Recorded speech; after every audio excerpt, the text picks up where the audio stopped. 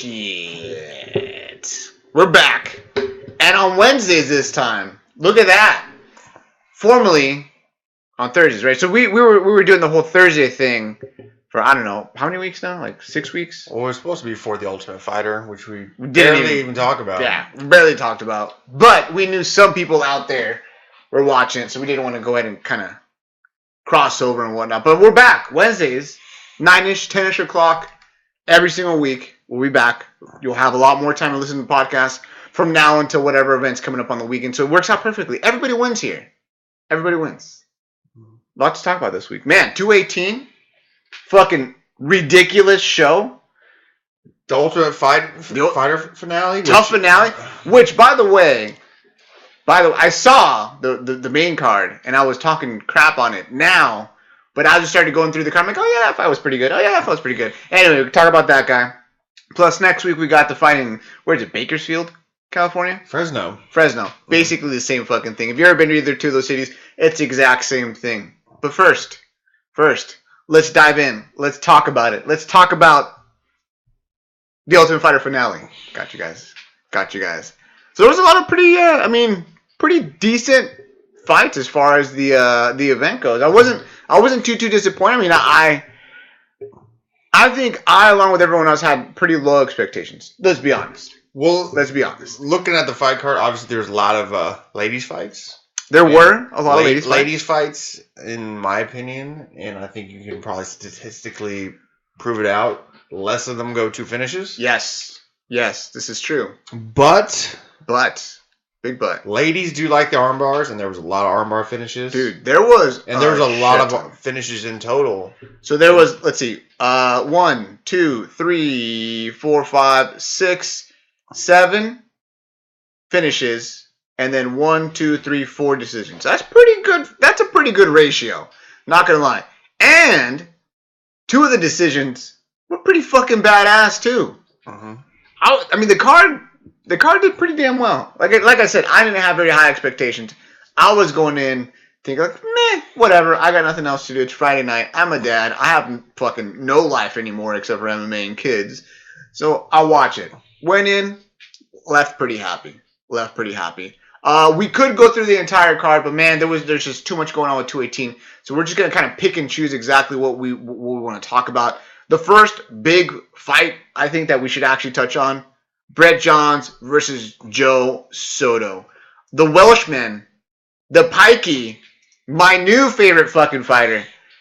Brett Johns comes in with a solid win over Joe Soto. Now, it just wasn't just a win over Joe Soto, right? It wasn't a TKO finish or a knockout or a decision of the sort. He submitted Joe Soto, who is a legit ground player. Like, I mean, he's a grappler through and through. Good wrestler, EBI veteran, finalist. He beat one of the Meow brothers in EBI, and he gets submitted via calf slicer. Well, not only that, it's one of those moves that you only kind of drill in class. It's like practice for the bad takedown. Once you get the bad takedown, you go to the calf slicer. Yeah. It's one of those moves where you really don't see the way to actually perform this move in a real fight. And yeah, I mean, not saying a calf slicer doesn't happen, but it's from a bad takedown to the calf slicer. Dude, this was the second calf slicer in the history of the sport. Or not the sport, the UFC. Yeah. So, I mean, it doesn't happen very often. It's super fucking rare. But yeah, man, it was impressive. Like the whole way the setup happened, right? Joe Soto comes in after taking a couple shots, goes in for a shot, head on the outside single, so like a high crotch, goes for the dump, crackdown. Brett Johns cuts the corner, goes for the butt drag, or checking the oil, whatever you want to call it, sinks in the fucking calf slice, and I'm like, all right, calf slice, whatever, Joe Soto's Joe Soto. Dude's a fucking beast on the mat, he'll be able to fucking worm out. Nope. Deep, and he didn't even step on the gas. Now, stepping on the gas is pushing on your own foot to cause more pressure on the knee. I think he used the figure 4'd. Yeah, figure 4'd. Man, it was legit. Now, reason why Brett Johns is one of my favorite fighters now. The fucking man, a Welshman, thick accent, and he does not talk with his whole mouth open. It's literally all like this, Everything comes out the side of his mouth. It's fucking spectacular. It's great. It's great. I love watching him talk. Sound a little bit more Irish, but you get the point. Man, dude, I'm pumped. I'm pretty excited for this guy. He's on a 3-fight win streak. He's 16-0. There's a lot of good stuff to come from this guy. I think there's a lot of hype that well-deserved hype. What do you think? Oh, it was an excellent fight, and to talk about this, and also to announce in the weeks coming up. Oh yes, we're going to be having awards. Yes, which at the moment, I propose them to be called the Streeties. They're going to be called the Streeties. Okay, they're going to be called the Streeties. And this fight, possible winner for Side of the Year, and a fight earlier on the card. I suggest anybody who did not see it. Some of those might be in the room. That includes me. The Ryan James, Andrew Sanchez fight for the Streetie for Comeback of the Year. Now that's a fucking bold statement. Yes. Two reasons, right? One, who the fuck knows who either one of those two guys is? Like, line them up in a fucking room with a bunch of other normal ass people. Sorry, much respect for stepping in the octagon and fighting, but it's just, there's just a lot of fucking people on the roster. But line them up in a room, tell me you're going to pick them out. No, guaranteed. Not going to happen. Not going to happen, right? It's just not something that's going to happen. But I'm trusting you here. I'm going to go ahead and watch the fight. Because I didn't watch it. I'm going to watch the fight tonight. And we're going to see if it's worthy of a Streetie. Of a Streetie for Comeback of the Year. It in the Darren Elkins fight, very close for a Comeback of the Year. What exactly? But give me a breakdown. How was it? Okay. The first round was 10-8. 10-8. In favor of Andrew Sanchez. Andrew Sanchez goes in there, whoops that ass. Drops him, ground and pound. What's going on? We're talking about strikes from the feet. Yes. He knocks him down. Continues strikes there. Strikes against the cage. Yes. The whole round. The commentators, all they're talking about was Ryan James, the guy who's losing, has no head movement. He's literally every single right hand that Andrew Sanchez threw landed. Damn. He makes it out of the round. Okay. And he literally wears out Andrew Sanchez for the rest of the fight. Really? Mm-hmm. So he gets his ass whooped the first round, 10-8, and then comes back. Solid 10-8, yeah. How does he come back and win the fight? 1-2s. Nothing really complex. Just really 1-2s. 1-2. Basics, people. Yeah. If this teaches you anything, basics. Go back to the basics. Oh, man. That was good. Yeah, so we had that fight, right? So we have the potential submission of the year happening on that card. Then we also have Sean O'Malley versus Darian Ware, right? Sean O'Malley, for those of you that don't know, he has a lot of hype coming behind him. He was on the Dana White's Contender Series, and he was on the show, had a great performance, looked good out there. Kid's got a very interesting look, tatted up, curly hair. He's got a very interesting chest tattoo. He's got a fucking gigantic chest tattoo. It's not a bad one, though. I've seen a lot worse. But he's got an interesting look. The kid can fucking scrap, though. I don't know exactly what his martial arts background is, whether it's traditional, Taekwondo, or if it's anything else, anything like that. But he looked good out there, and he can fucking move. He's got excellent awareness, right, and timing. I think is the biggest thing. During the fight, you can see him see the shots coming and move out. Excellent head movement, excellent hips, shoulder rolls, the whole bit, right? What we did see though is going into the second round, he gassed out a little bit. Darian Ware came in there, wore him out a little bit, right? Darian took a couple shots. He said that that's the way it was going to go down. He was saying that those big flashy moves, the spins and whatnot, take up a lot of energy. Coming into the third round, O'Malley came back hard. And I thought, honestly, he was going to finish the fight. Also, motherfucker went for spinning attacks and flying submissions throughout the fight. Yeah. Bonus points. A lot of hype behind this kid. He looked good. Darian Ware's not a fucking... he's not a walk in the park, that's for sure. He's a tough fucking matchup. But we're going to see. We're going to have to wait and see exactly what this kid's made out of. What were your thoughts on that fight? Do you think it well-deserved hype for O'Malley? Like you said, that he...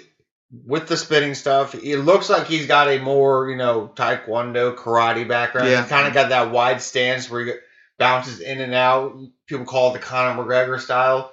So, the most success. Yeah. So, what I like about him was that he was actually, you were able to see what he was, hyped out, what his hype was about. Yes. Which is his excitement, his ability to strike, and his ability to generate, like just put cool shit together, I think is what it was. Because during the Dana White Contender Series, during that fight, it was just a showcase match. I don't think they intended it to be that, but it was really a showcase for O'Malley and what he could do. And with this fight, good matchup for him, another striker, more of a technical and solid style, more traditional style. That's why I think he had a little bit of a fret or a little bit of issues, O'Malley did. But man, he still looked fucking good. Yeah. I'm telling you, he looked great. And saying that it's a traditional martial arts background like a taekwondo, typically you don't really see head movement like that with a traditional martial arts because it wasn't backing away, punch, back away like a karate. A lot of slips. It was a lot of fucking slips, ducks, all that stuff. It was impressive. I was very impressed. And actually, you know what? Speaking about impressed, Tyron Ware's got a chin because he got cracked hard a lot. And it would be those shots. You know how they say what they say. It's not the hard shots that put you down. It's the shots that you don't see coming. Mm. And there was a lot of shots he did not see fucking coming because of the slipping and the head movement and the positioning that O'Malley had. I'm super pumped for the kid. I want to see more of him. I want to see him fight again. I want to see the skinny motherfucker scrap someone. Yeah, the only thing the downside about his style, I'd say, is that because he has that good movement, good head movement, and he does land hard shots, but he doesn't land combos. He kind of pot shots. Ducks, evades, weaves, slips, and then takes that one big pop shot. And he doesn't really land the combos, so he might not be able to finish the better guys with just. You don't think the power? Okay, so let me ask you this. So in his Contender Series fight, he finished his opponent. I think it was in the second round. Yeah, first round, second round, but it was like it took a lot of. You saw the whole fight? Yes. It took a lot of pop shots, single, really hard shots to take that. Dropped him a couple times. But do you think it was? Do you think Tyron Ware has too good of a chin for him to get put down? I just don't think he's got the Tyron Woodley style of that. I hit you down and then I swarm you. Where he doesn't have that swarming type of style, Yeah. I mean, I don't know. I'm excited. I'm excited to see him fight. Who do you think would be a good matchup for him coming up next? Obviously, we don't want to go into the top 15 or anything. If I could go 10 pounds higher, it'd be Ishihara, somebody like Ishihara. Ooh. But obviously he's 10 pounds bigger than him. But somebody that's not good. Oh, that's way too much. Alex Caceres. 35-pounder? That's a perfect. Yeah, that's a good. 35-pounder. Yeah. Similar style. I like that. I think that would be a good matchup. You know what? I just thought about it though. They train at the same camp, the lab. Damn. I don't know. Yeah. The UFC will find something from. Like I said, I'm pretty excited to watch this kid fight again. I'm sure he's gonna have leaps and bounds of improvement throughout his career. The kid's like 22 or some shit like that. He's super young. He looks like a little baby. O'Malley. He's got plenty of time for even more terrible tattoos. Yes. There's not much space though. He's pretty fucking covered up right now. It's like head to toe. Yeah, there's not much space because he's literally the only UFC fighter on the roster that's skinnier than me. So. That was the co-main event, and that led into the main event, right? Tough 26, crowning a new champion, crowning the first ever women's 125-pound champion, right? So Jara Eubanks wins the show, or wins the semifinalist, right? She becomes a finalist in the show. Nico Montoya is the other finalist. So Jara Eubanks can't make weight. She misses weight, right? She doesn't even make it to the scales. She goes to the hospital like at 2 a.m. or something like that. Not Joe Silva. What is it? Gray Maynard. Gray Maynard ends up calling Roxanne Modafferi at 3 a.m. Says, hey, do you want the fight for the belt? Sure, why not? Roxanne makes weight. Everyone's fucking happy. I don't think there's one person out there that dislikes Roxanne Modafferi. I mean, like, how? How is that possible? Yeah. She's like the nicest, sweetest, kindest person ever in MMA. It just... I think I want to say if you don't like Roxanne Modafferi, you're like legitimately a bad person. Anyway, the fight starts. It's pretty competitive the entire way through. I think Nico won each individual round, but Roxanne... I was going to say, I was really surprised that none of the... I mean, there was a 49-46 score on, I think, 2 of the judges scored. Really? But I thought it would have been a little bit closer. I mean, I think the rounds were close. Yeah. They were definitely close, but I think it was pretty clear that Nico won every round, right? Just did enough. Did enough. There was that one round where Roxanne almost got there. Listen to me. Like, I've been watching MMA for a long time, and I've been, watching Roxanne. I've seen the trajectory of her career going from like just one of the first women's fighters who didn't really know how to fight, to be honest, and had ground game, but it wasn't that good, to a fighter that had a ground game but with zero striking when she was first on Tough, and then now to where she really legitimately is a threat on the feet and on the mat. Like, I've seen every part of her career, and watching the fight in the 5th round, I think it was the 5th or the 4th, it had to have been close to the end, she goes for the Hail Mary armbar. I'm telling you, it was this fucking close. Like, I got out of my seat, I was standing up, I was like, oh fuck, she's gonna get it, no shit. No, she misses out, gets her guard pass and gets beat up a little bit, and then she ends up losing the fight. Pretty good fight. I mean, overall the card was pretty good. Now, Nico gets the belt. Is she going to hold the belt? That's the question. What do you think about that? Nico has a very good style for the women's division, I think. She's very good at winning decisions. As you saw in the fight against Roxanne, there's rounds that she was losing. Yeah. And then suddenly she would get the takedown, win that round, or the round that she got the triangle. Yeah. And then she started elbowing her at the end. All those rounds, she was losing, or in my opinion, slightly losing the decision up until those moments where she just knew, I need the takedown. Gets and locks it up. Yeah. Now, but is she going to be able to deal with the people that are coming down and up? Because you got to remember, 125. Yeah. Right?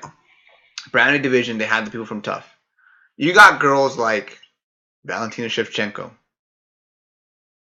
You got Claudia Gadelha. Mm-hmm. Oof. Right? You got Joanna Jędrzejczyk, who might come up as well. You got a bunch of fucking murderers coming up, like legitimate title contenders coming up. Will she be able to hang? Do you think she has what it takes to hang with a Valentina Shevchenko, a Joanna Jędrzejczyk? Well, you're talking about top 5 women's fighters. She's a champion. She's a champion. There's no way of going around it. She has to fight the best of the best. Like, the show, yes, it was a show. It's a little different. And there's, the show's the show. There's no other way of putting it, right? But I don't think the best people on the planet were there. Okay, whereas Carla Esparza won the first season that had the Ultimate Fighter, and now she's sitting around 8, 9, 10 in the rankings. Yeah. I think Nico's going to be sitting around 4, 5, 6. Wow. When it's done. Really? Yeah. I think, I could see that, and I think she's young too. She's like 22, something like that. She's like 21 or 22. She's pretty young. But I think she is a better version, a similar, smaller, better version of Juliana Pena. A little bit more active on her feet, but similar, like, I'm going to take you down, kind of grind you out and hold position and win the rounds. I don't see the submissions being there just yet, but she does look better on the feet compared to Juliana Pena. Doesn't wail in and just close the distance. Mm-hmm. But yeah, I can see what you're saying, and it kind of ties in with my thoughts on her having that modified, better version of Juliana Pena. I think it's also because they're both brown. That could also be it. But hey, overall pretty good card. For a fight night on a Friday, what kind of grade do you give it? If you're putting those stipulations, a fight night on a Friday, it would be a 9. A 9. 9 to a 9.5. Pretty solid. Pretty good. Pretty good job. If you compare it to all the cards, it'd be a 7. Yeah. But combining everything, pay-per-view standards, everything, 7. I think a 9 is fair for a fight night on a Friday night. Yeah. Pretty good. Awesome job. Now, the next day, we had the pay-per-view that everyone was fucking looking forward to. Everyone. I don't think any person was not hyped for this. If you watch MMA, that is. 218. 218 was stacked from top to bottom. You had a great main event card, even though it was not originally intended to be Max Holloway and Jose Aldo. But you had a great main event. You had a fantastic co-main event. You had the Violence World Championship of the World coming up. Plus, you had a bunch of other fun matchups. Man, and another thing, too. This is the first time in I don't know how long where every single person on the main card was ranked in the top 10.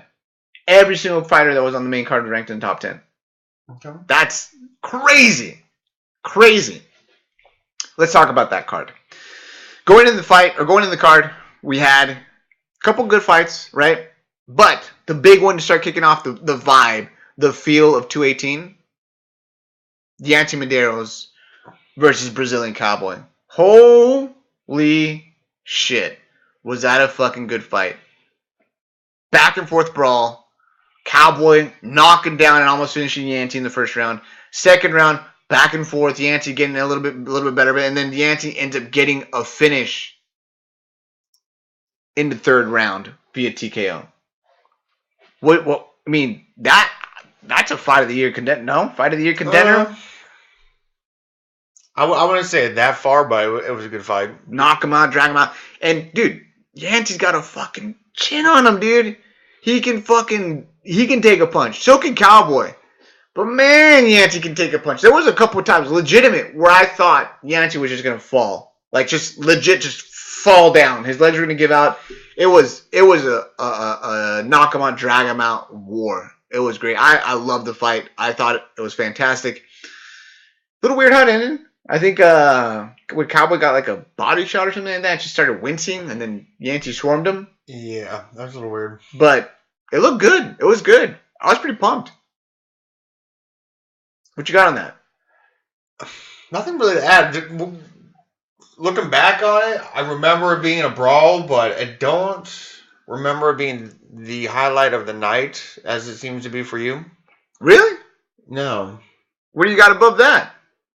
I mean, aside from the knockout of all time. I like the Gaethje fight a lot. Wow. Because it had the brawling, but it had some like really technical things and some. So they gave out 2 fight of the nights, which is something they rarely do. They gave one of the fight of the nights to this fight right here, and they gave the other one to Justin Gaethje versus Eddie Alvarez, which deserved it. Now, this fight, Yancy versus Cowboy, all out brawl. Fight of the night because it's a brawl. Drag him out. Hey, you know what? We're going to fucking stand right here, and one of us is going to fall down. That's the agreement they made. That's what fucking happened. Eddie Alvarez versus Justin Gaethje, the more technical version of it. Yeah. A lot more technique, a lot higher level fighting than that one, but also fight of the night. But also, it's 2 different styles clashing, whereas it was kind of just a brawl. Whereas, like, you saw that, you texted me during the fight, it was going to be the uppercuts and the leg kicks. You know, there's 2 different styles. 2 different dynamics. Like, which of the dynamics is going to pull through. Yeah. So that was a great fight. But yeah, I mean, you really weren't that pumped about the fight? I mean, you let me down here. You let me down a little bit. Well, I think also, I'm not going to lie, I think at that time, like, I had people coming over to my house, so I was like cleaning up. Oh, so it was like one of those fights I was like watching while kind of cleaning. Off the corner of your eye. Oh, you missed out, my friend. I did see it, but like it's just right now it's not clicking. Like, oh, dude, it was fan. You got to go back and watch it. Okay, I think I do. Go back and pay the UFC to watch it somehow, totally legally, because that's what we do, right? No. Anyway, fantastic fight. That kicked it all off. Then after that fight, you had a great matchup between 2 lightweights. You had Paul Felder versus Charles Oliveira, right? Great matchup. I said last week this is gonna be a good fight, right? And I'm pretty sure I called Charles Oliveira winning. I think I said he was gonna catch him or something like that. I'm like 98% sure that I said Charles Oliveira was gonna end up winning by submission. And it got pretty dicey and fucking close in the first round. Charles Oliveira ended up putting Paul Felder in a front choke position. Anaconda switched off to a Darce, back and forth, tried to stick with the Darce, and almost put Paul Felder out. Paul Felder, in fact, he even put himself in a shittier position by trying to hook the leg or something, or trying to get closer to his opponent, which ended up closing up his arteries and putting the choke in deeper. But Paul Felder held out, survived, right? And aside from surviving, did what Alan Belcher did to Paul Harris. Do you remember that fight? Yeah. Joe Rogan, the entire time during the commentary, he's like, stay away. During this fight and against Alan Belcher. Stay out of his guard. Get out of his guard. You're done. You got excellent striking. Get out of there. But both of these guys, both Alan Belcher and both Paul Felder, stayed in there and proved their worth and proved that they have a legitimate defensive ground game. Paul Harris, terrifying on the mat, right? Leg lock expert. Charles Oliveira, I think a lot of people can agree and will say that he's a fucking anaconda on the mat. He's the other person that had the calf slicer victory. Okay. The only other one in the UFC history.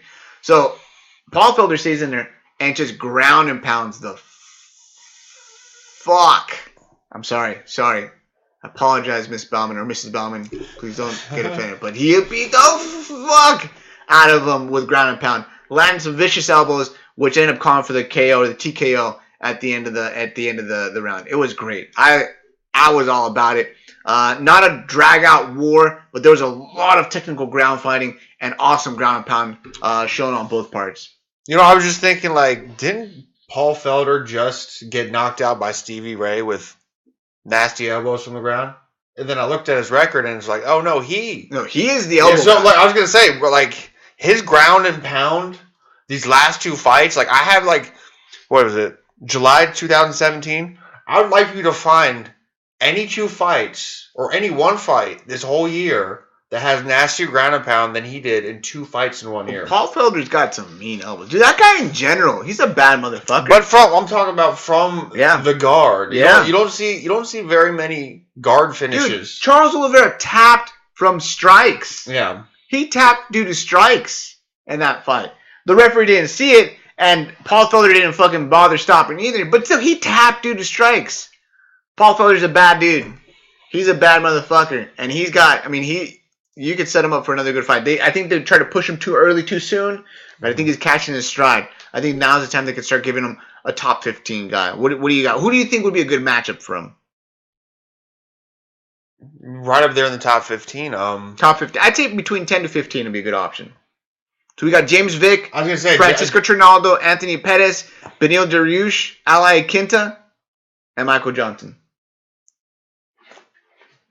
I'd say something like a Quinta or a Vick. That was originally what they were supposed to book. Yeah. And he ended up pulling out. I think I would say a good matchup, a good fight, Ali Quinta versus Paul Felder. Rebook it, make it happen. Or the only other option I think would be good, Pettis. A declining Pettis versus a surging Felder. That's a good way to get that guy to go ahead and get some momentum going. I like that. And it's a bummer because obviously you'd be feeding Pettis down that way and trying to go ahead and use his name to boost up Felder. But man, I think that's what the UFC needs to do. Felder's pretty young. He's very articulate. He knows how to talk. He knows how to fucking fight. Make it happen. Make it happen. Now after that fight, that was closing off the prelim card. We had the pay-per-view fights coming up. And one of the ones that made, had a lot of hype. Everyone was talking about it. Eddie Alvarez versus Justin Gaethje. Holy shit. Violence Championship of the World on the line. And did it deliver? Did it deliver? I thought it delivered. It was pretty good. It wasn't a fucking bloody, fucking horrible mess. But it was better. I think it was better that way. It was good because it was a technical both guys throwing hands. Eddie Alvarez looked you don't often see, like, you see the ground versus stand-up guy, Yeah. The striker versus the jiu-jitsu guy, but like, there's not very many times where the two strikers have such, complete games, really. Yeah, well, not only complete games, but like, they have different styles within their complete games. Oh yeah, definitely.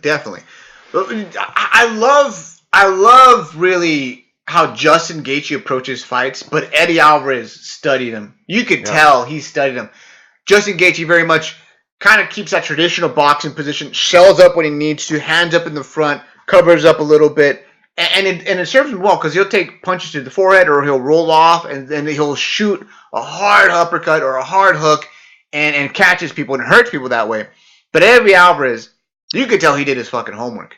He knew, one, the uppercut was there because he hit him over and over and over again with the uppercut. And two, the body shots. Well, also when he was turtling up, when Gaethje was turtling up, Eddie was ready for that explosion when he opened up. Oh yeah, he would roll. Dude, his head movement was great. Yeah. His head movement was great. People were saying like, well, Justin Gaethje doesn't really move. This is not. No, dude. Eddie Alvarez looked fucking fantastic. I think this is the perfect combination of the two different Eddie Alvarez's we see, right? We see. Remember how we were talking actually last week, and I said either Eddie Alvarez is going to come out guns a-blazing, or he's going to come out with a plan. With a plan. He did both.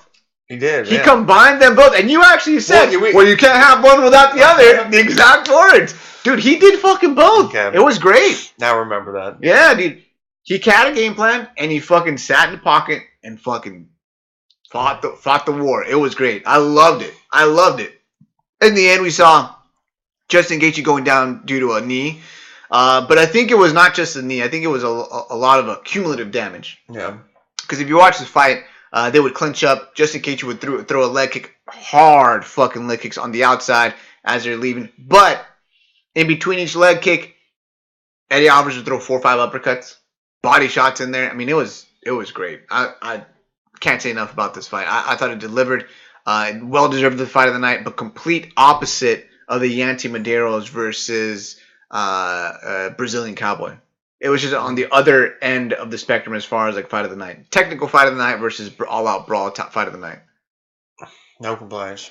Yeah, it was awesome. Except it wasn't, I mean, it would have been nice if it was a 5-rounder, but... Oh, yeah. Well, I mean, it ended in the third. It didn't get there, yeah. Yeah, it ended in the third. Now, what do you think? Where does each one of these guys go? Like, Justin Gaethje had a lot of hype behind him, a lot of momentum off of that fight with Michael Johnson. Loses this fight. No shame in losing. Loses this fight. And Eddie Alvarez... You know, he had that issue or that fight with Dustin Poirier, and now he's like, he's got another win under his belt. Like, where do each one of these guys go? Obviously Poirier wants that fight. Does it make sense? It makes sense if there's gonna be a log jam at the top of the division, you know. So here's what we got. Let's go. If Conor and if Tony fight real soon, and that all that gets over with. Yep. He could be the next one in the title shot as long as it's not Conor. I could see him fighting Tony. But if that's going to take way too long, maybe the winner of Khabib, Edson. And then... Edson and Eddie won't fight. They're training partners. They're training partners. So here's what we got in top 10, right? We got Tony at the top as the interim title holder. Conor McGregor's a champ. He gets to do whatever the fuck he wants, right? Khabib, number 2. Eddie, number 3. Edson, number 4.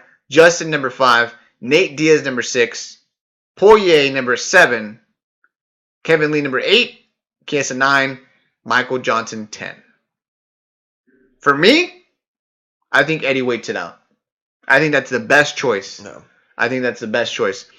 If Khabib and Barbosa fight, Barbosa wins, Eddie gets the title shot. And that would be a fucking fight. Him and Tony, that'd be a great fight. If Nurmagomedov wins, put Conor and Tony together and let Eddie and Khabib fight. Right? Justin Gaethje, give me Nate Diaz. Well, ooh. I mean, have you seen the things on the internet? Diaz is turned down. I mean, supposedly from Dana. We don't know what Dana... Yeah, I think Nate's saying he wants like $20 million or some crazy shit like that. He's turned down every single fighter. Listen, get your money. Do what you got to do, but let's be realistic here. $20 million, you ain't gonna get that. Not gonna happen. Conor was a big portion of why there was so much hype and people buying the pay-per-view. Nate Diaz's name, but not as much. Yeah. Not gonna happen. Dustin Poirier, I mean, the fight with Alvarez, it's an option, but I don't think it should be the first option. I don't think it makes sense for Eddie Alvarez. He's number 3 in the world right now. It's a big step back to number 7. But because of the logjam at the top and the uncertainty at the top, that might have to happen. I'd rather even see Justin Gaethje versus Dustin Poirier. Okay. That'd be a good fucking fight, right? Mm-hmm. That would be great. I mean, like, you got to think about it like this. Dustin Poirier keeps talking shit saying, hey, you know what? Eddie Alvarez is hiding from me, this, that, this. No, he's fucking not, bro. He's number 3 in the world. You're number 7. That's point number 1. Point number 2. Who ended up saying they didn't want to fight anymore? Eddie Alvarez or Dustin Poirier? You said that before the show, and I didn't correct you, and you keep saying it, but who got kneed in the head illegally? He was coming up. I hate the hand game. It's fucking terrible. I hate that shit. Who got kneed in the head? And who was hurt? Dustin Poirier. Doctor came in. Are you okay to fight? He thought because he won 2 rounds and they were gonna end up disqualifying Eddie Alvarez. He said no. They gave him a choice. He said no, I cannot fight. They called the fight. No contest because it was unintentional knee. No, I see what you're saying, but you're kind of getting fast and loose with the assumptions. That's what he said. You can watch the fight and you can see it coming out of his mouth. But you're assuming that the knee that landed did not actually rock him. Oh, for sure it did. Okay. For sure it did. But he was playing the game. He was coming up. No, I totally agree. I don't like that shit. I don't like the. I think if the momentum is coming up and they throw the knee, it's fair game. No, I totally agree with you there. But we don't know how much that knee hurt him. You know. Well, you can't be talking shit to Eddie Alvarez if that's the case. That's the point I'm trying to make. You can't be talking shit saying you're running, you're hiding, you're this and that. You had the choice at that moment to fight or not. You decided not to. They called no contest. They did not give you the victory. End of discussion. If they would have given him the win, do you think he'd be doing this? Absolutely not. Good point. Absolutely not. Anyway, great fight. I was pumped about it. I mean, there's a lot of options for both of these guys. Regardless of the situation or who they fight, I want to see them fight over and over and over. I don't care who either one of these guys fights. It's going to be entertaining. It's going to be entertaining. And here's the thing, too. Do you think, I think, moving forward, this fight's going to help out Justin Gaethje. Because he's going to realize that there's holes in his game that people haven't pointed out before. He's going to make the adjustments, and he's going to be a fucking nightmare for everyone else in the division. It's going to be fucking great. I'm pretty fucking excited about that, actually. No, I totally agree. I think he's got a definitely well-rounded game, but the holes that Eddie Alvarez poked, pretty clear, and I think that he can patch him up. Yeah. I think it's just small adjustments. I don't think it's too much. I think there's small adjustments. He comes in from a good camp, grudge training center. He's gonna make shit happen. Now, after that fight, it's a little bit of a bummer. Because it was a good fight. Henry Cejudo versus Sergio Pettis. A technical fight. Very much a grappling match. And grappling dominance by Henry Cejudo. But it's tough. When you have fucking Yancy Medeiros throwing fucking crazy bombs with Brazilian Cowboy. You got submission attempts and vicious ground and pound by Paul Felder and Charles Oliveira. Right? And then you've got Justin Gaethje. And you've got and Eddie Alvarez trying to murder each other. And you're up after that, and all you're going to do is wrestle? Great match. Yeah. I liked watching it myself. But the crowd's not going to fucking like that shit. And nobody was really in danger. Terrible danger, right? Yeah, it wasn't like it was a complete dominance, say like a Khabib over Michael Johnson, right? Nothing like that. It's a bummer, though. I mean, like, I think that right there solidified Henry Cejudo not getting the fight. Well, yeah, that's what I say. It was more of a bummer that the bantamweight division, or it's the flyweight. The flyweight division, took a huge, step back because now they're going to have to wait for this TJ fight to happen because they're definitely not going to pick Cejudo to fight DJ next. Hey, but are you going to watch that shit? Because I'm going to watch that shit. That shit going to be good. Yeah. Fuck yes, it's going to be good. A little bit of a bummer, but Cejudo's going to have to sit on the back burner. I think making a rematch happen with him and Joe B, Joseph Benavidez, would be a good idea. They had a good fight last time. It could have gone either way. Cejudo won that fight. It could have gone either way, exactly. Yeah. Give him another fight. Cejudo's been looking great. He's improving. And if he beats Joe B, makes a good case. Isn't that the last guy he fought? Joseph Benavidez? Yeah, I don't think he fought Mighty Mouse after he beat. No, Cejudo. he fought Wilson Hayes. Okay. Wilson Hayes. I don't know. Either way, it's gonna be a bummer because T.J. Dillashaw's getting that title shot. After this fight, though, after that fight, the WrestleFest, man, we had streety potential winner here, Francis Ngannou, knocking out Alistair Overeem with one of the most vicious left hooks that I've ever seen in my entire life.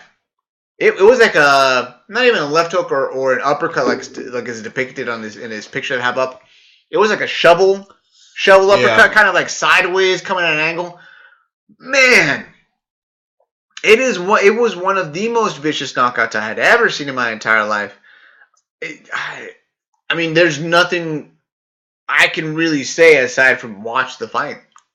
Just watch the fight. Go on the internet, watch the fight. You can find it, and that knockout I think replaces the iconic Bisping and Dan Henderson knockout. It does. I think it does. Like if you remember, there's a perfect picture of Bisping having his head turned off to the side, right, where he's getting hit. I think this picture of Francis Ngannou throwing that punch and Alistair Overeem's head coming, dude, the back of his head was touching his spine. It was nuts.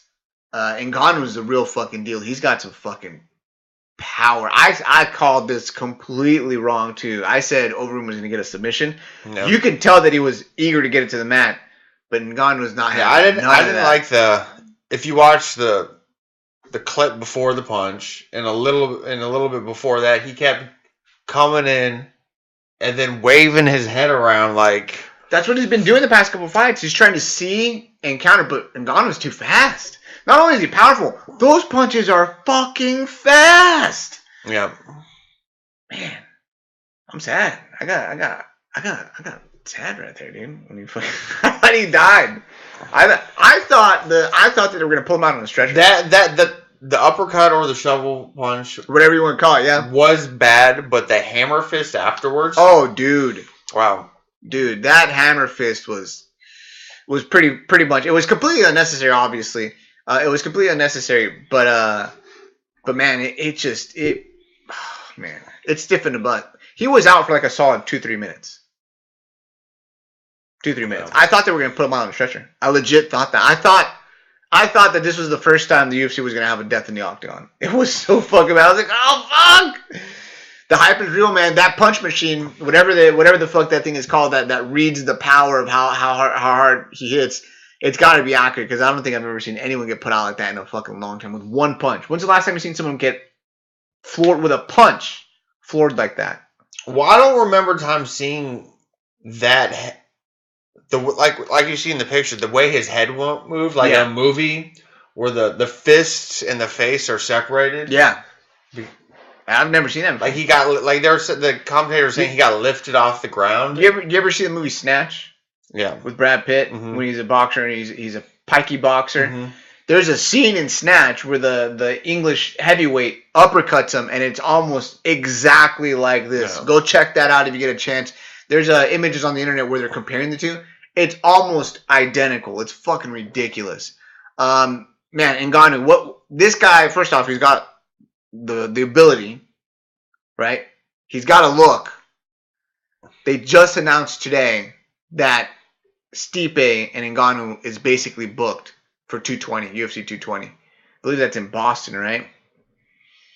Man, that's gonna be good. Who have you got? And that fight's gonna happen. Who have you got? Stipe, the reigning champ, the defending champ from Cleveland, or Ngannou, the Cameroon killer, the Cameroon assassin? Well, I picked Overeem this last fight. I did too. And way off. Yeah, and the way that he got destroyed, it would just be stupid for me to pick against the Cameroon assassin again. I love Stipe. I really love Stipe, but now do you think? Let me ask you this now. Okay. So you think Ngannou's going to win. Yeah. We both picked Overeem. Yeah. Right? Now, do you think it was just Ngannou's power that put him down? Overeem? Or was it Overeem's chin, suspect chin, and Ngannou's power? Now, with that being said, all that being said, will Stipe's chin that's held up pretty fucking well be able to hold up against Ngannou's punches? I think the way to beat Francis is to grind him out like a Kane style. I think a healthy Kane would probably be the best option in the division to beat him, in my opinion. If I had to pick one fighter in the division to beat Ngannou, it would be a healthy Kane. Have you seen Mark Hunt versus Stipe Miocic? Yeah. Ooh. Maybe that happens again. Stipe grounded out and fucking basically punched a hole through Mark Hunt's face. And Mark Hunt has devastating power.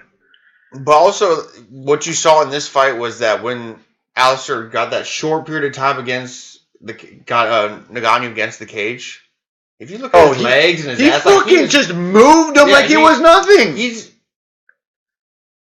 a solid 265, and Stipe is still part of that crowd. 240. There was the Overeem 265. There was the Overeem and Frank Mir, and the Lesners. They were all the 265s, and then Kane came along and Dos Santos. Yeah. And 220, Stipe, 240. The 240 crowd.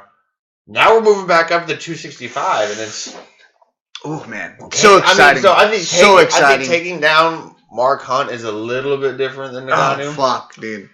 So that is one of those fights where like I legitimately get so excited. Like, when's the last time you had a heavyweight matchup that's so anticipated or as anticipated as something like this? Think about the last time you've had something. I think the last time was I remember, and then JDS and Cain Velasquez rivalry. The first match and the follow-up, the rematch. Fuck, man. And I feel like it's been a while. Since then, it's just been like kind of handing off the belts, or like people are winning and losing. Kane, dropped out of so many fights, and then like there's always. I think we have some stability now, yeah. and I hope they have a good fight, a fight that lasts longer than a minute, longer than a round. Hopefully, gets 2-3 rounds. I hope they build a rivalry. I hope we see Ngannou versus Stipe 1, Ngannou versus Stipe 2, Ngannou versus Stipe 3. I want to see that kind of shit. I want to see a rivalry, a real heavyweight rivalry in the UFC that we haven't had since JDS, that we haven't had since Frank Mir versus Brock, that we haven't had since who else was before that? Nobody. Fedor and Nogueira. Man, I'm legitimately excited for this fucking fight, and I cannot wait. I hope that it happens, and I hope give them all the money in the world. Stipe might die. Give him $1 million. Stop it. Give him $1 million. Stop it. You're not gonna hear shit from Ngannou. Ngannou's happy with whatever you're giving him, but just give Stipe $1 million, please. Woo! Exciting. Crazy part. That was the thing is that Stipe wants more money. Yeah. Because the last two guys he beat, Overeem, $800,000, and Verdum, both make round $800,000. Now comes Ngannou, who probably makes 40 and 40. So like the brass is gonna be like, okay, you beat those guys, but the guy who's about to beat you, he's making 40 and 40. I think they're going to give him what he wants. I think they want to make this fucking fight happen. I think they're going to give him what he wants. I think they're going to give him, that big round number. Maybe not 800,000. Maybe they'll give him 5 and 5, which is a lot of fucking money plus pay-per-view points. I mean, a lot of money for me. Shit. In the fight game, in MMA, it's a lot of money, right? Boxing, not quite up in that upper echelon of boxing, but still. Super excited for that. I mean, I cannot wait. Crazy part is this knockout. I mean, it was the co-main event, and it took a lot of shine of the entire event.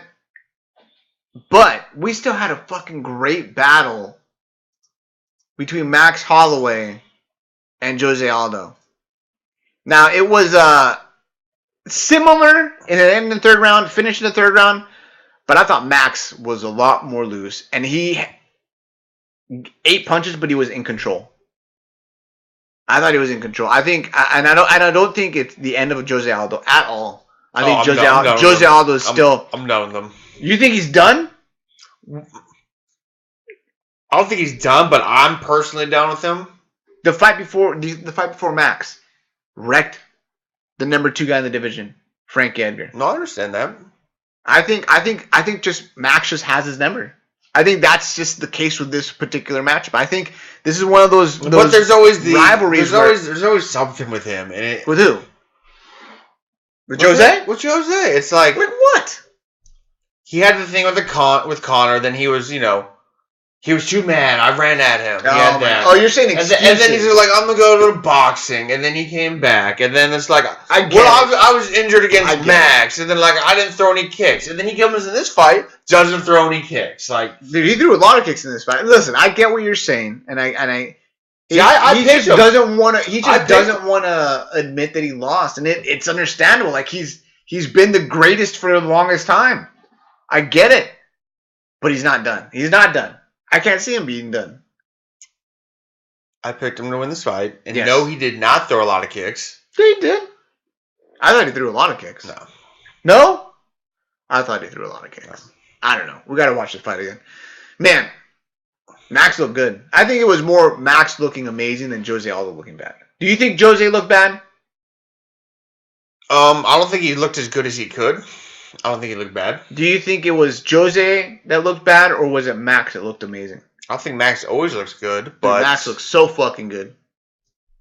So fucking good. No? Well, look at the Justin Gaethje's fight. Yes. He's going to get punched in the face. Yes. But he's going to do his thing. He's going to throw his leg kicks. Yes. Aldo, he's going to talk about the leg kicks. And he's gonna say he's got a game plan. If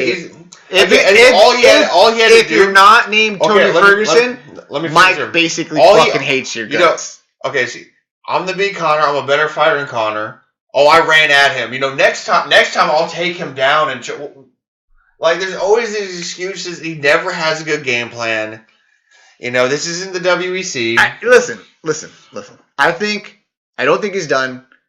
I think he did everything that he intended to do. I think he went out there and he fought the best he could fucking fight. But I think Max is just better than him. Just flat out better than him. And I don't think he'll be able to beat Max Holloway. I think everyone else in the division gets murked. Now I know that. Jose. And I thought that before. Now I know that. And in the future, I'm going to know whatever Aldo says, don't take it for a grain of salt, okay? He's hurt. You know what? It's not even hate. He's legitimately hurt that Aldo let him down. I think you believed in him so much and you had so much going in and invested in it, but I think you're just hurt. It's okay, man. It happens. I got hurt a lot. I got hurt a lot. You know who hurt me? You know what it is? BJ it is Penn. What it is, okay? It is what it is. BJ Penn hurt me, man. It's the same shit. Listen, Jose Aldo looked good. He just can't beat Max. Max was on point. He was taking punches. He knew that he could not get hurt by Jose. He drug him into a firefight. He knew he had better cardio. It was just a great game plan and great execution all around by Max Holloway. No ifs, ands, or buts. Dude, he's a star, man. He's a star. People fucking like him. People like how he fights. He's got good interaction with the fans, and he's charismatic. He's got his Twitch stream. The UFC has something here, and I think that what they need to do is really need to capitalize with him and take him to Hawaii, make the show happen in Hawaii, so he really has that big superstar feel. Because, for example, Stipe Miocic in Cleveland. Stipe is a good fighter, and people like him. But in Cleveland, dude, the place went fucking nuts. Yeah. He seemed like a fucking rock star. That sounds great and all, but then if I put on my UFC brass hat, which I have to take off the tinfoil hat to put on, they're gonna say the time zones. Who gives a fuck? How many people live in Hawaii? What's the gate gonna be? They're not gonna make. So that sounds all romantic. We're gonna go to Hawaii and everything's gonna be good. Man. They need to make it happen, dude. But then when you talk about the fight's gotta be at 3 a.m, so that people. What's the time difference? Probably 5 hours before us. 5 hours before? Is it really that much? Fuck Hawaii. Wait. If California is 3 hours, it's probably I'd say 9 to 10 from. Then put the fight in the Eastern fucking time. morning, bro. I say it's 9 to 10 hours. Make the fight happen early in the morning in Hawaii. Sell the fucking tickets. People will buy them anyways, and have us East Coasters fucking watching our regular time. No fucking problem. We're set, bro. We're fucking set. Make the show happen in Hawaii. Okay. Max will sell out whatever fucking place you have in there. Throw on Yancy Medeiros in there. Throw on Dustin Kimura. They've got like fucking 20 Hawaiian guys. Max actually said that he wants to do a Hawaii versus the world card. I would not be mad at that because there's a lot of Kayla Curran for 6 losses. Whoa, Kaylin Curran. Don't even get me started on that lady, man. Attractive, yes. Mm-hmm. But man, she has got a rough UFC record. Max Holloway looks good. What do you do with him next? That was my question. Frankie Edgar. I think that's the fight to obviously, make, but what if when he beats Frankie Edgar? He solidifies himself as the best in the division, right? Maybe do a... Wasn't that what the belt around the waist tells you? Yes, but you need to fight Frankie. You have to beat Frankie. Frankie was the number 2 for I don't know how long behind Jose. That's just the way it was. He beats everyone else, right? You have to beat Frankie. Jose's out of the picture, right? We could even say, some people would even say, hey, it wasn't Max. Jose just declined. He beat a declined Jose. Beat Frankie. Frankie's the test. Then maybe throw in like 1 or 2 other people that are coming up. Let's say Brian Ortega wins his match. That's a fresh new matchup. Maybe throw in like... what other 145s coming up, Renegade? You could do Chang Sung Jung, Korean Zombie. He's back. He's an entertaining fighter. He's got a good fan base. Give him 2 more fights. Timeline, it works out too. Book him now. Have him fight now. T-City fights Max Holloway, or Frankie does. Another fight will happen. It's perfect timing. Come on, bro. I got this shit locked. It's all in Hawaii too. It's all in Hawaii. Every single one of these events in Hawaii. I don't know. I'm pretty excited. Max is entertaining. He's great to watch. I want to see that Frankie Edgar fight. Make it happen, guys. Make it happen. I don't give a fuck where you guys book it, but I want to see Frankie Edgar versus Max Holloway. I want to see how he does with the fluidity between the grappling and the striking. The ground and pound. Probably some of the best ground and pound in the world coming from Frankie Edgar. I mean, you and I could both agree on that, no? I think Paul Felder might have something to say. But I want to see how he reacts. I want to see what happens. I want to see if he can withstand and not get broken like Cub Swanson did, like everyone else did, really. No. But man, Max Holloway is going to be... He's got a couple good fights lined up. Now, that was 218. An event to remember. Possible event of the year. Streety Contender. Mm-hmm. It's in the talks, right? But we have another event coming up. Man, UFC's got a lot of events coming up throughout the week, all the way till the end of the year. We have Fight Night 1, 2, 3. Fight Night 1, 2, 3. Cub Swanson versus Brian Ortega. Now, there's not too many fights on there, big names. So we're going to touch base on a couple things real quick. But man, the first one that I see that I want to talk about was Marlon Moraes versus Aljamain Sterling. 2 guys ranked in the top 10 in the division. 2 guys ranked in the top 10. We have Aljamain Sterling coming in at number 8. And then Marlon Moraes at number 7. Marlon Moraes fought like a month ago. Less than a month ago. Did he not? It was pretty soon. Dude, it was like right around the corner. And he's back. That's crazy. I mean, like, I think the turnaround time, I want to say the turnaround time is even like 3 weeks, less than a month. What's the date on that? Let's take a look real quick. John Dodson, November 11th. And when's he going to fight? This Saturday. What's the date on that? December 9th. Less than a month. Dude, that is impressive. That is fucking impressive. Marlon Moraes has got a fucking tough fight in front of him, though. And a fight that's going to be ugly. Like, there's no other way of saying it. Aljamain Sterling makes every fucking fight a hard fight. Like, it's just difficult. It's going to be a grappling match. There's going to be some very weird strikes in there. It's going to be tough. Does Marlon Moraes have what it takes to beat Aljamain Sterling? Oh, yeah. That was like, he's going to cruise right through him. You think he's going to cruise right through him?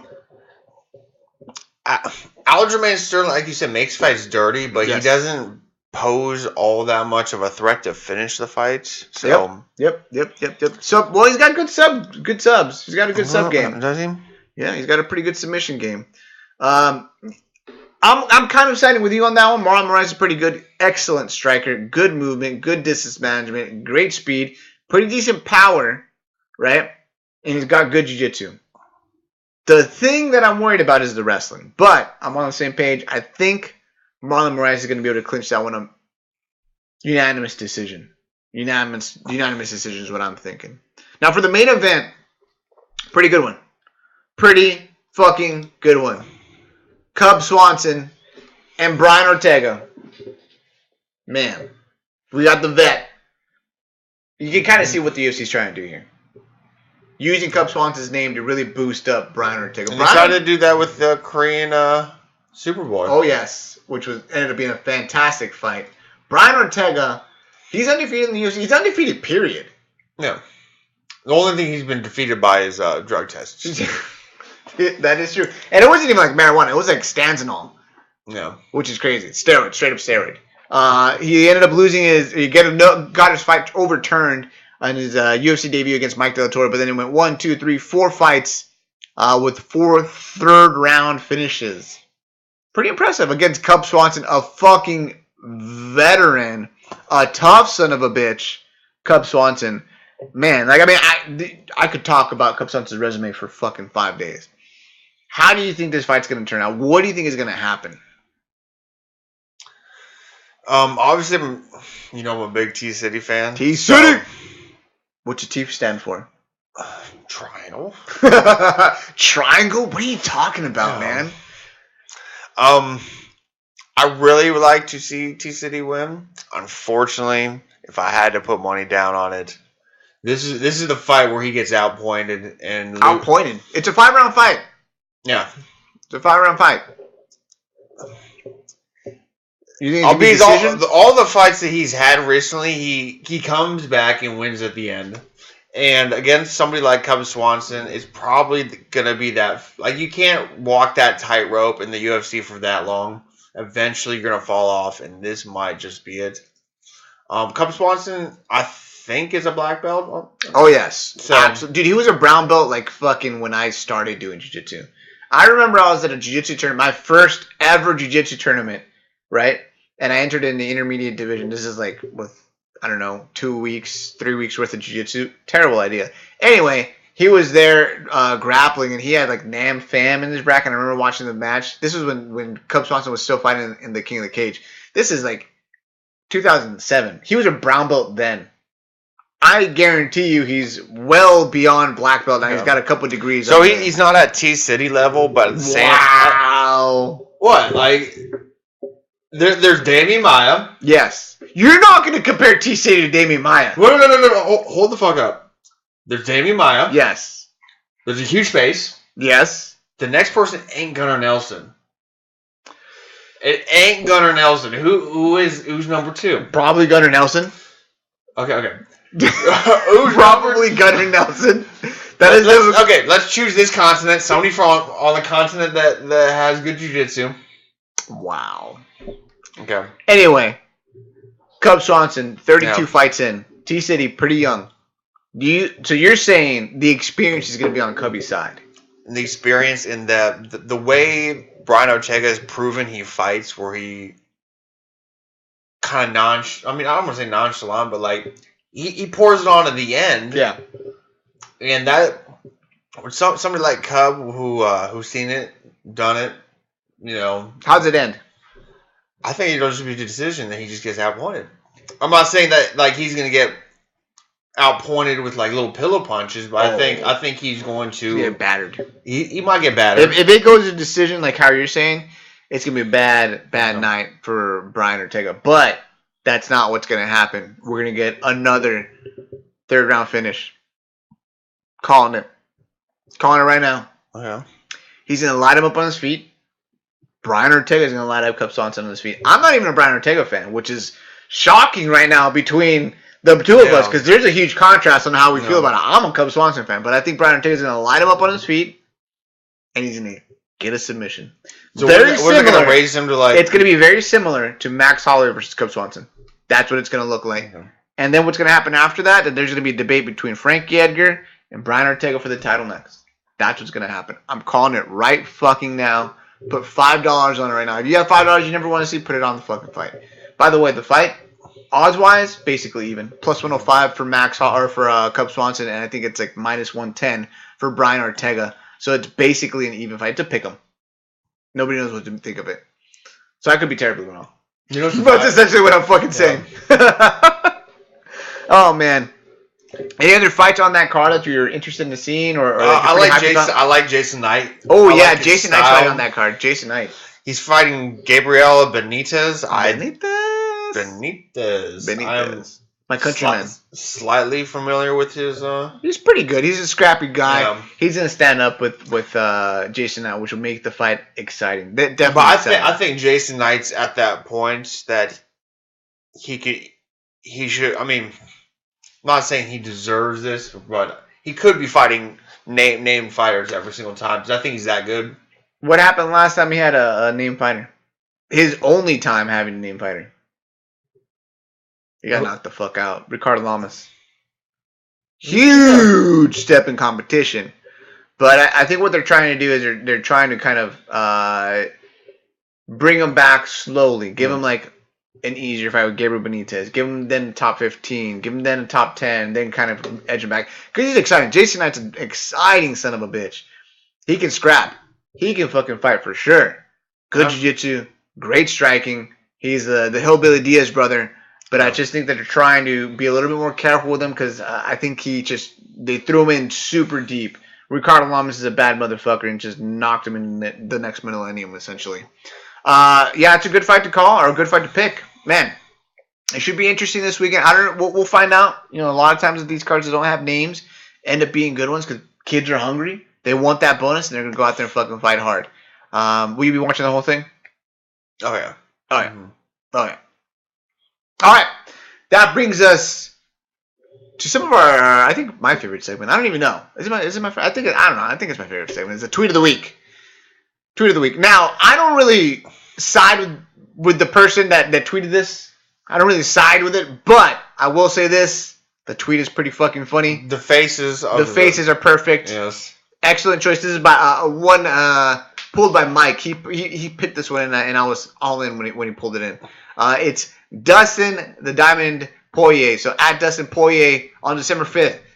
The words, the text, I'm going to get ya. And it's just a picture of Eddie Alvarez on a female's body wearing a deep V-neck with a face where he's just looking out into the fucking world. And Dustin Poirier chasing behind him with some kind of, I want to say like a weigh-in. You didn't point out the great, he's got a basket on his bike.